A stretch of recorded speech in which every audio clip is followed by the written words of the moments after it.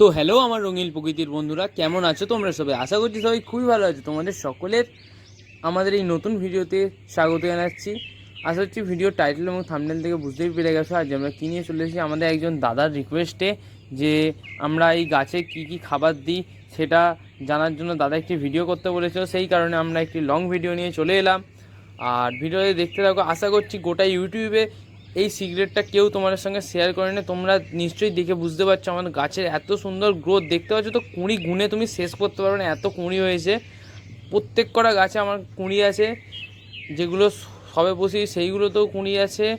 আর গাছের গ্রোথ অসাধারণ।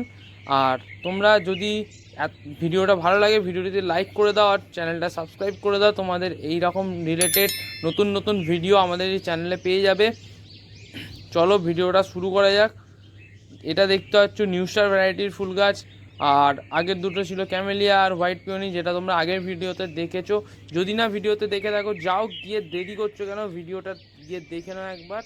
আর সবাই মিলে তো চলো সিক্রেটটা তোমাদের সঙ্গে শেয়ার করা যাক। তার জন্য তোমাদের ফার্স্টে নিতে হবে একটি ছোট সাইজের খবরের কাগজ।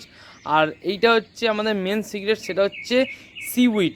সিউইড হয়তো অনেকেই নাম শুনে থাকবে কিংবা অনেকে নাও শুনে থাকতে পারো। এটা হচ্ছে ইফকো ভ্যারাইটির সিউইড। এটা হচ্ছে গ্রেনিউল, আর একটা লিকুইড ভার্সানও পাওয়া যায়। আমরা পদ্ম গাছের জন্য গ্রেনিউলটাই ইউজ করব। আর দেখতে পাচ্ছি এর কালারটা নীলচে ধরনের।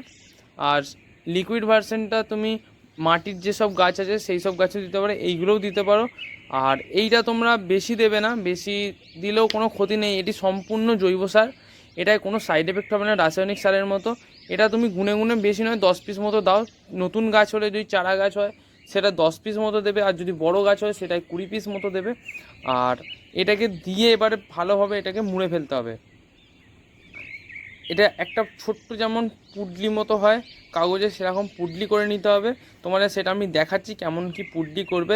ফার্স্টে এরকম হাতে নিয়ে একটুখানি এক জায়গায় যেমন পিঠে করে ওরম করে পুডলি করে নেবে। পুডলি করে দেখতে পাচ্ছ খুব ছোট পুডলি হয়েছে, বেশি লাগবে না। এতেই যে অসাধারণ গ্রোথ দেবে না, তোমরা চিন্তা করতে পারো না। এর পরের ভিডিও যখন আমি আপলোড করব তখন তোমরা দেখলে বুঝতে পারবে গাছে কেমন গ্রোথ হয়েছে। এটা তুমি যদি ভালো হয়, যদি গাছের গ্রোথটা কোন দিকে হয় সেটা যদি বুঝতে পারো সেই শুরুতে দেবে, কিংবা যদি না বুঝতে পারো গাছের মিডিল করে তুমি একটা মাটিতে 1 আঙুল মতো ডিপ করে তুমি পুঁতে দেবে, তাহলেও এর কাজ সেই সমানই হবে। দেখতে পাচ্ছ আমি পুঁতে দিলাম, ব্যাস এখানেই আমাদের কাজ শেষ। আর কিছুদিনের মধ্যেই 2-3 দিনের মধ্যে থেকেই দেখতে হবে আমার গাছের গ্রোথ চলে আসবে। আর দেখতে পাচ্ছ মলি মাছগুলো ভাবছি খেতে দিচ্ছি, দেখো হাতে এসে উঠে পড়ছে। তোমরাও চাইলে তোমাদের পদ্মের গামলাতে কিছু পরিমাণ মাছ ছেড়ে রাখতে পারো। এতে তোমার গামলায় যে মশার লার্ভা কিংবা যেসব পোকা যদি হয় সেগুলো মাছেরা খেয়ে নেবে। তাতে তোমার গাছের নিচটা পরিষ্কারও থাকবে, গাছের গ্রোথও ভালো হবে। তো দেখা হচ্ছে নেক্সট ভিডিওতে।